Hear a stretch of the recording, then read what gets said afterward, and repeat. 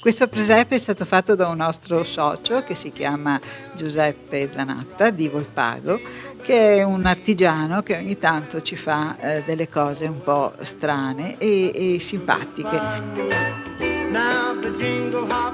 La nostra associazione è un'associazione di cardiopatici, facciamo prevenzione nel territorio, facciamo anche della socializzazione in maniera tale da aggregare i nostri soci alla partecipazione a passeggiate per andare a vedere i presepi e in questo caso il presepe ce l'abbiamo anche in sede.